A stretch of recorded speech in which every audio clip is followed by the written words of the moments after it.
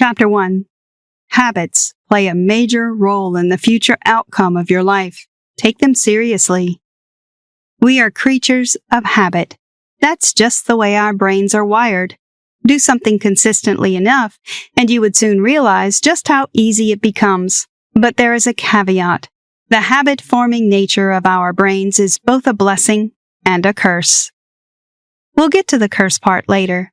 Let's start with why this brain function is a huge blessing. Habits help put our lives on autopilot. When something has become a habit, you begin to do it almost effortlessly. Waking up and checking social media for messages and engagements on your content is a habit. Taking a walk when you're tired from work is a habit too. Studying daily, smoking, exercising, money management, etc. are all habits that we form in the course of our lives. A habit is an operating system that determines the course of our future.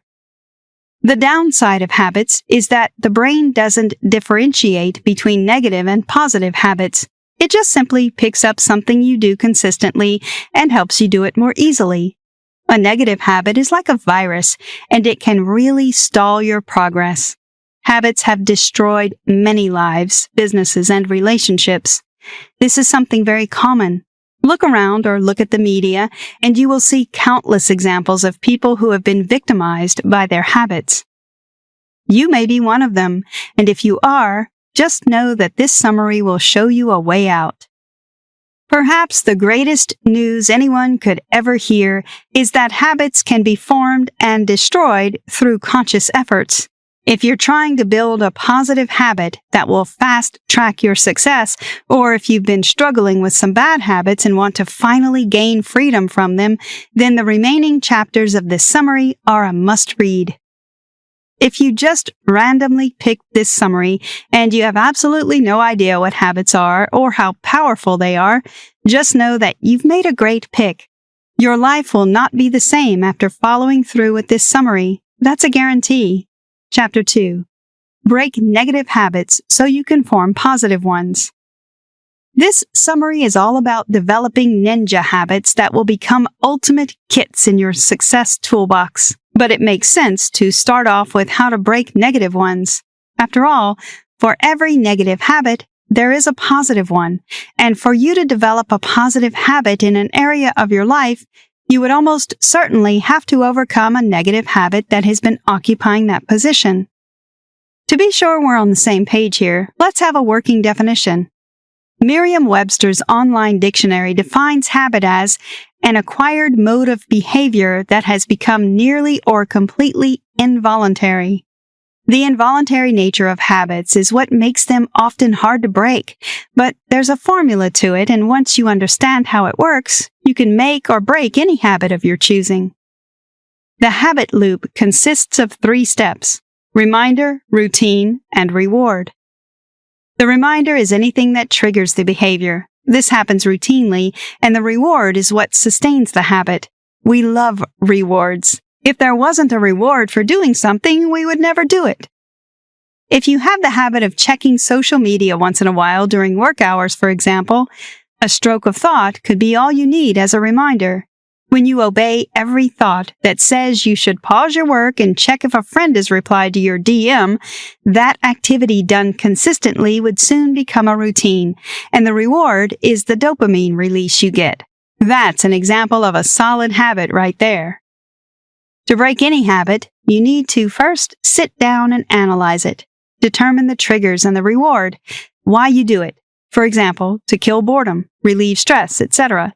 And the routine you follow. Do you do this early in the morning, at night, in a lonely place? How often? This exercise is not always simple. Sometimes you need to think hard before you figure out the reward and all the triggers. There are usually more than one. But once you've gotten them figured out, all you need to do next is find a positive habit that offers the same reward.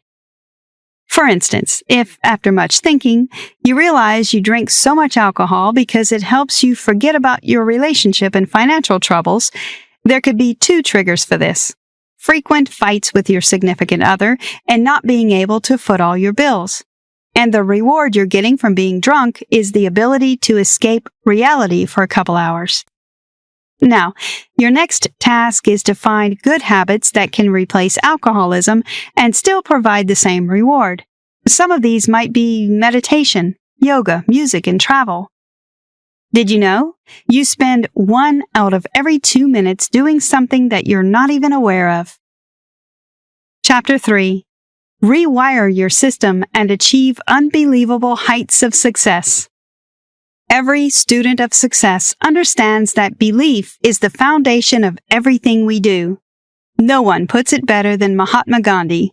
Here's what he said about belief and success. Your beliefs become your thoughts become your words become your actions become your habits become your values become your destiny. Mahatma Gandhi.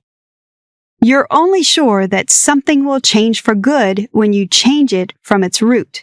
If you don't uproot the source of a problem, but go instead for its fruits, branches, and stem, you can be 100% certain that the problem will still show up. It's only a matter of time. In the same vein, if there's a result you've been trying to achieve in your life, but it doesn't seem to be coming through, it only means that there's a false belief system keeping you from the life you desire. What is it you want? More money? More sex? A happier family? A more fulfilling job? A happier career? Are you a remote worker who desperately needs to be more productive with their time? What area of your life have you been trying to improve upon? How long have you been at it with no results? Here's a harsh reality that everyone must quickly come to terms with. You can never have what you want out of life if you have a set of beliefs that antagonize the results you seek. We all come to this earth with blank minds, but as we grow up, we start interacting with our environment and the people around us, and then experiences begin to form in our minds. Right from childhood, the words we hear from family, friends, acquaintances, and teachers form our belief system. We begin to see the limit of what's possible and what's not.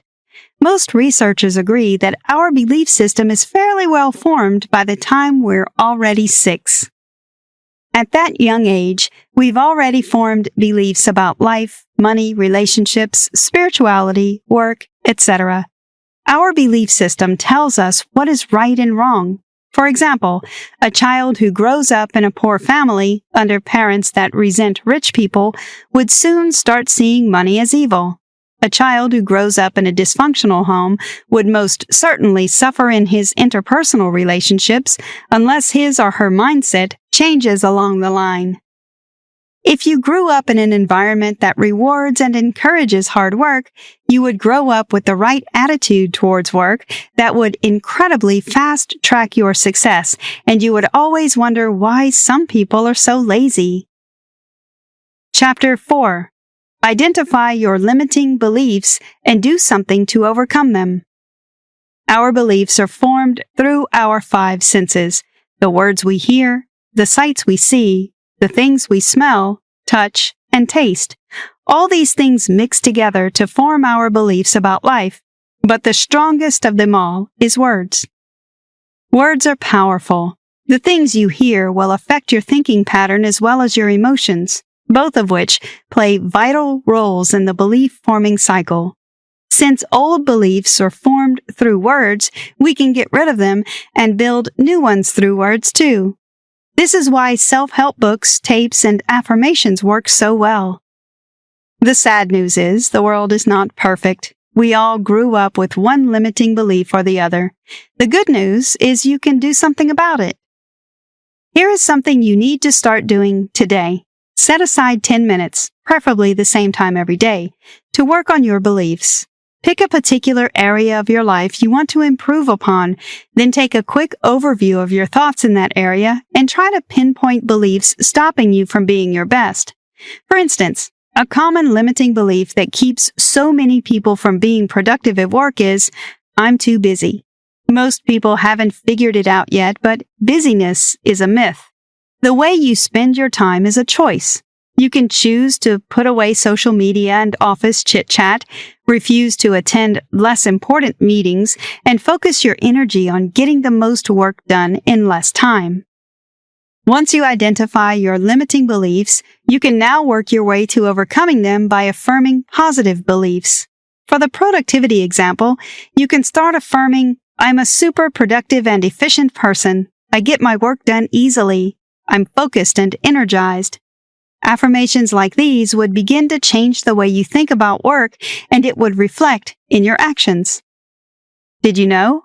Another way to determine false beliefs is to interview people who are enjoying the success they desire. Ask them what mindset they think is responsible for the success they are enjoying, then compare their mindset with yours. Chapter 5. Cultivating habits of gratitude and forgiveness would save you lots of pain. There is a linear relationship between gratitude and forgiveness. Generally speaking, the more easily you forgive, the more likely you are to notice wonderful things in your life and environment that you should be grateful for. Unforgiveness is a terrible emotional state to be in because it haunts you day and night and sucks the life out of you. It's unfortunate that many people are trapped in unforgiveness. Learning to promptly forgive yourself and others who hurt you is one of the best things you can do for yourself. Not forgiving others doesn't really hurt them, it hurts you the most.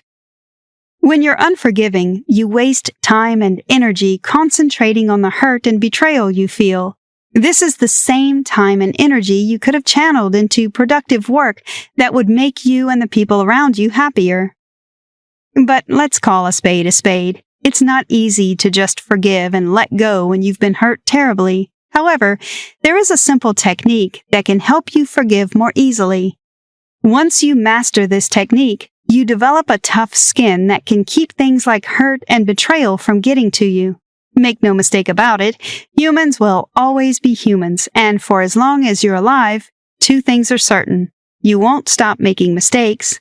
People won't stop hurting you. So it helps to know how to drain off negative emotions. The technique is simple. Learn to separate your personality from the negative emotions you feel. You're not your emotions. Your emotions are just feelings that would pass if you don't obstruct them. So let's say your spouse did something that terribly hurt you. It happened 2 years ago, and they've apologized several times, but you still can't bring yourself to forgive them. Each time you remember what they did, you feel like strangling them to death. Okay, here's what you need to start doing. Whenever the feeling of hurt and betrayal surfaces again, take a walk, and as you do so, try to identify the emotion you're feeling. In this case, it's anger, resentment, and hurt. Next up, tell yourself what you feel isn't you.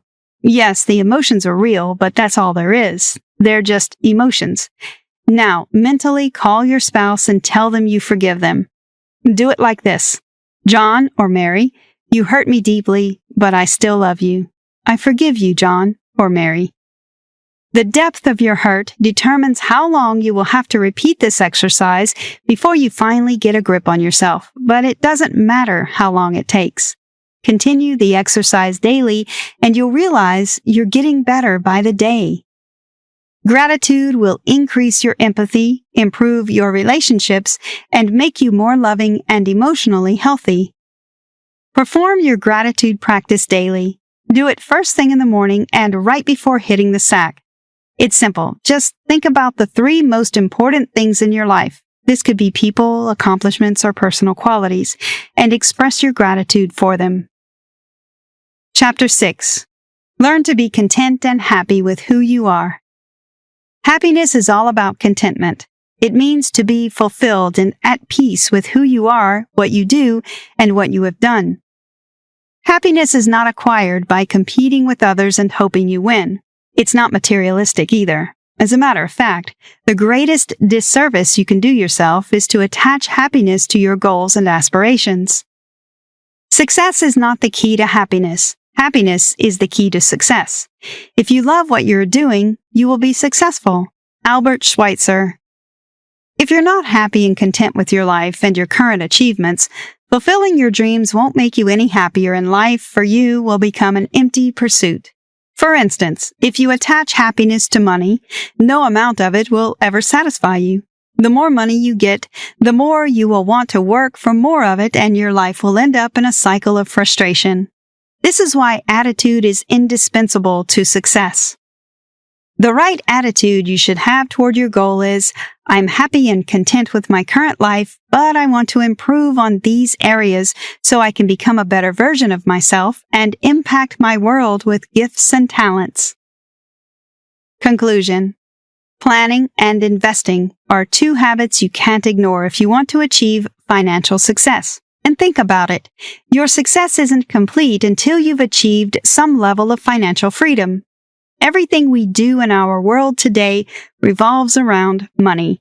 Having a sound bank account doesn't guarantee happiness, but it certainly can improve your life and make happiness easier for you. It's hard to go about your day feeling all happy and energized when you have no idea where to get your next meal or how to pay the rent before month's end. Are you now beginning to see why financial success is important? However, financial success doesn't happen overnight, and it's never solely a result of earning high income. It comes from proper financial planning and proper investing. Master these two skills and watch as your net worth begins to skyrocket. Try this. The best investment is self-investment because it is guaranteed to produce massive ROI. Take self-investment seriously. Take courses, attend training, buy books. Do everything you can to become better and more knowledgeable. You'll be amazed at how quickly you can achieve success.